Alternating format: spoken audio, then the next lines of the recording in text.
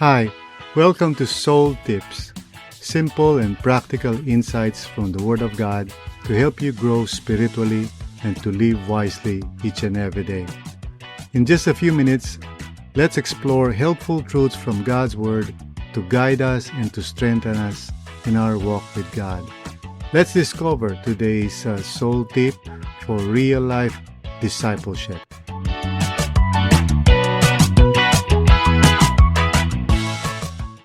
Welcome everyone sa ating daily devotions. And today, ang pamagat po ng ating pag-uusapan ay Unbreakable Love. Yan po ay galing sa Romans 8 verses 35 to 36. We're almost done sa ating pang-araw-araw na meditation, no? Dito sa Romans 8:31 to 39. Kung saan nakikita natin yung topic na from mere beliefs to deep convictions. And we're looking at these passages para magkaroon tayo ng deep convictions. So, ating tingnan yung verse 35 at basahin natin all the way to verse 36.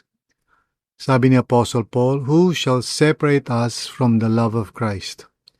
Shall trouble or hardship or persecution, or famine, or nakedness, or danger, or sword?" And then verse 36, "As it is written, for your sake we face death all day long. We are considered as sheep to be slaughtered." So tayo po ay manalangin. Lord, maraming salamat sa iyo, Panginoon. Once again, we draw near to you, Lord God, seeking your help, seeking wisdom from your word. Tulungan niyo kami, Panginoon. Speak to us, O Lord. At tulungan mo kami na maunawaan namin ang iyong salita. By the power of your Holy Spirit, Lord, illumine our minds. Help us to understand your word. Thank you, Lord. It is in Jesus' name we pray. Amen and amen. So, unbreakable love, ito yung ating topic, no? Kasi sabi ni Paul, "Who shall separate us from the love of Christ?" Now, first of all, in context, to what is he referring? Ano ba yung tinutukoy ni Apostle Paul na love of Christ? We know that God loves us, sabi si John 3:16, "For God so loved the world." Pero dito naman sa verse 35, sinasabi na, "Who shall separate us from the love of Christ?"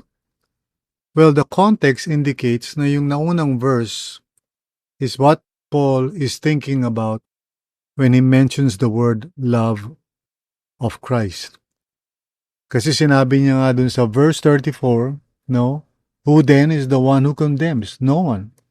Christ Jesus, who died, more than that, who was raised to life, is at the right hand of God and is also interceding for us." So ito yung sinasabi ni Paul na who shall separate us from the love of Christ.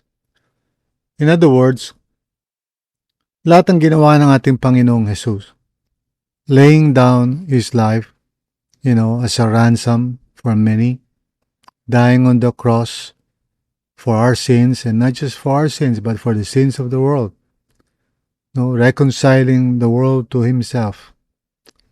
At, yung kanyang resurrection to justify us, to enable us to be reconciled with the Lord. Lahat yun is because of His love. Nothing that the Lord Jesus Christ did was simply out of duty or parang napilitan lamang siya.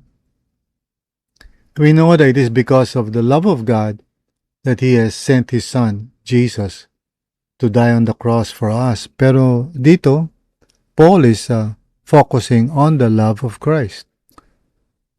And he's saying in effect na itong love ng ating Panginoong Jesus, which He has shown through His death on the cross and then through His rising again from the dead, and then bestowing upon us His Holy Spirit to make us children of God and to begin our transformation into Christ-likeness, all of that is because of His love. At sinasabi ni Paul na sino ba makapaghihiwalay dun sa love na yon? Well, sinabi niya na no one can accuse, no one can condemn, God Himself justifies, and then si Christ Jesus, He died for our sins, He was raised to life, He is seated at the right hand of God, always interceding for us. So what can separate us from that kind of love? So basically the answer is nothing. And so he mentions itong mga nararanasan nila at nararanasan din ng mga taong nananampalataya sa Panginoon. So sabi niya, shall trouble, no, or hardship, or persecution, or famine, or nakedness, or danger, or sword.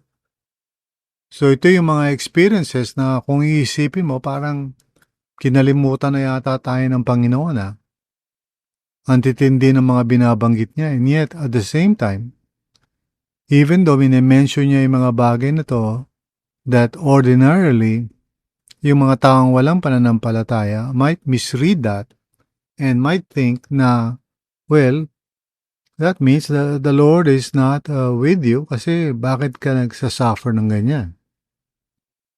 Now, on the contrary, this is exactly what Paul is trying to say.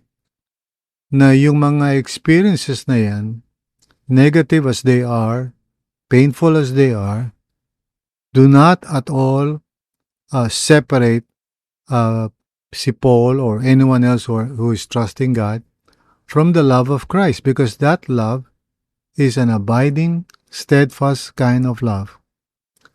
It is not dependent upon circumstances. Hindi nakadepend yan sa performance ng mga tao. Consistent yung love na yan. He has displayed it and He continues to display it. You know, sabi ni Paul na He is interceding for us. So it's an ongoing love that is shown to us by being our mediator, no? Constantly. Walang let up, walang tigil. So sabi niya, who shall separate us from the love of Christ? Well, none of those things, difficult as they are, would separate us from the love of Christ. And then he even quotes a psalm, in verse 36, kinote niya, sabi niya, for your sake, we face death all day long, no?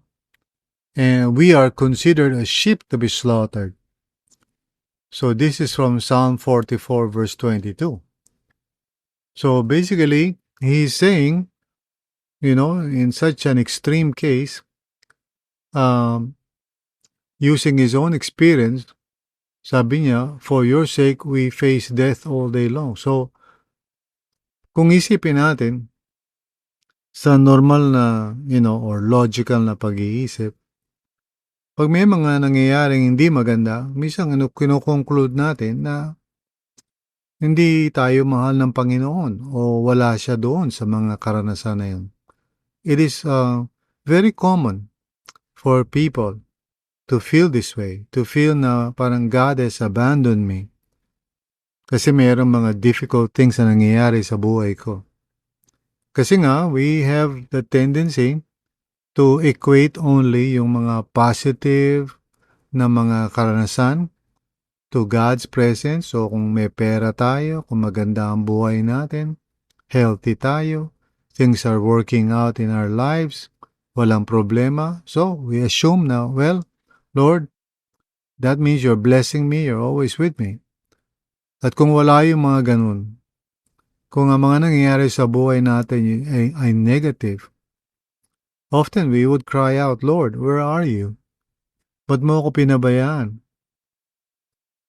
And yet this is what Paul is saying. No, it's not the case. What Jesus has done out of love giving Himself as a ransom to redeem us. So He paid the price for our sins because He loves us. Pero hindi natapos doon. He rose again from the dead so that we may be justified, made right, or put right, before God and before all creation. And then Jesus, ascended into heaven and sat down at the right hand of God. And then tuloy-tuloy yun, constantly loving us by interceding for us. So, lahat ng itong binanggit ni Pablo, hindi nakadepende ito sa nafe-feel mo ba o parang nararamdaman mo ba yung kanyang felt presence. On the contrary, minsan yung nararamdaman natin might be negative, just like what Paul said or described. Yan ang particular nature din ng tinatawag na consolation. A movement in our soul. What is consolation? Happy thoughts lang ba yan? Happy feelings? Hindi, yung consolation really is the assurance of God's love and His presence regardless of what is happening in our lives. It is the testimony of the Holy Spirit in our hearts telling us that the Lord continues to love us.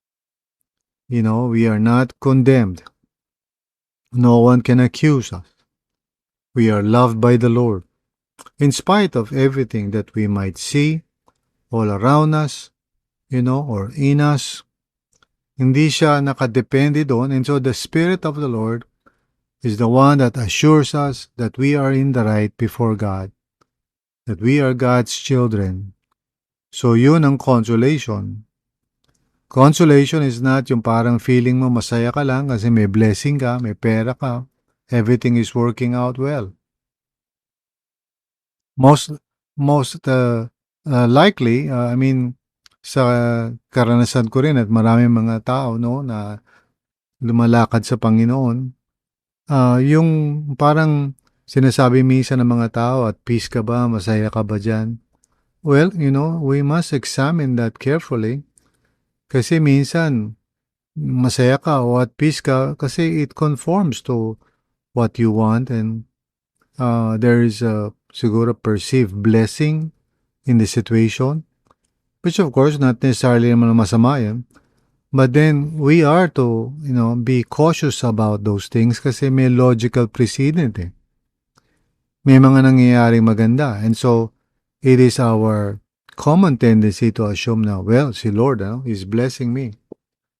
Tapos pag negative naman ang nangyayari, we assume naman na God is not present or that He has left us, yung tinatawag na lament. So we need to pray. Pag may mga pinagdaraanan tayo, we need to seek God's wisdom.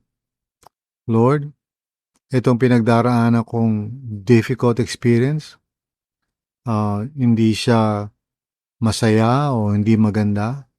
But Lord, through your Holy Spirit, assure me in my spirit that I am in your presence and that your love continues to abide in me. Sometimes we have to ask the Holy Spirit for help. Kasi hindi natin ma-discern kaagad yung nangyayari. Again, very common to interpret yung magagandang bagay as being from the Lord at yung mga difficult na bagay not from the Lord. Maybe it's from the enemy. Not so. Not necessarily so. So we must discern. Minsan may mga tao nagde-decide na mga bagay-bagay sa buhay nila because of the misreading of what is going on. Akala nila, well, hindi will ni Lord ito kasi bakit ako nahihirapan dito? Bakit may mga challenges dito sa kinalalagyan ko? Don't jump into the conclusion na porket merong mga difficulty, ibig sabihin nun, the Lord doesn't want you to persevere in that. Minsan, He really wants you to persevere in that because He has a higher purpose. The key is really to discern, to pray, to wait upon God. And God, through the Holy Spirit, will give you peace, that passes all understanding. Ibig sabihin nun, there's no logic in it. It's not explainable by the circumstances. Siguro, negative yung circumstances. Pero the peace of God guards your heart and your mind in Christ Jesus. Yan ang pangako ng Panginoon sa atin for those of us who are led by the Holy Spirit. Amen? So again, unbreakable love ang binibigay sa atin ng ating Panginoong Jesus. So, tanggapin natin yan at tandaan natin na hindi porket may mga negative na nangyayari ay nangangahulugan agad na hindi kalooban ni Lord yon. We just have to wait and seek the Lord. Wait patiently in Him, and seek discernment. Amen? So tayo po ay manalangin. Lord, maraming salamat sa iyo, Panginoon. You are a good, good Father. And yes, tulungan mo kami, Panginoon, na wag agad kami mag-jump into conclusion porket may mga negative na nangyayari sa buhay namin. We might easily assume na hindi mo kalooban yung nangyayari or that maybe we need to get out of it. Lord, teach us to discern. Teach us to be aware of what your Spirit is saying and not to jump into conclusion but to seek the Lord and to wait patiently. Salamat o Panginoon for your word and for your love that endures forever. Thank you, Lord. In Jesus' name, Amen. So kapatid, I hope na na-encourage ka, na-inspire ka, at the same time, na-equip ka. Because what I said is really a very common thing. So from now on, pag may mga pinagdaraanan ka, lalo na kung negative ito, huwag mo agad i-assume na yung nangyayari is, parang proof that God is not with you or that He wants you to get out of that situation. Could be, pero you must seek the Lord. And also, you must seek godly counsel. Amen? Huwag padalos-dalos. Because maybe the Lord has allowed it for a reason. Just like what the Apostle Paul was sharing in this word na pinag-aralan natin. Amen? So God bless you. And again, always use itong mga resources na to for ministry. Huwag lang para sa sarili. Amen? So I hope and pray that you would grow in your faith, together with others. Keep trusting the Lord, keep discerning the Spirit, and allow yourself to be led by the Spirit of God each and every day. God bless.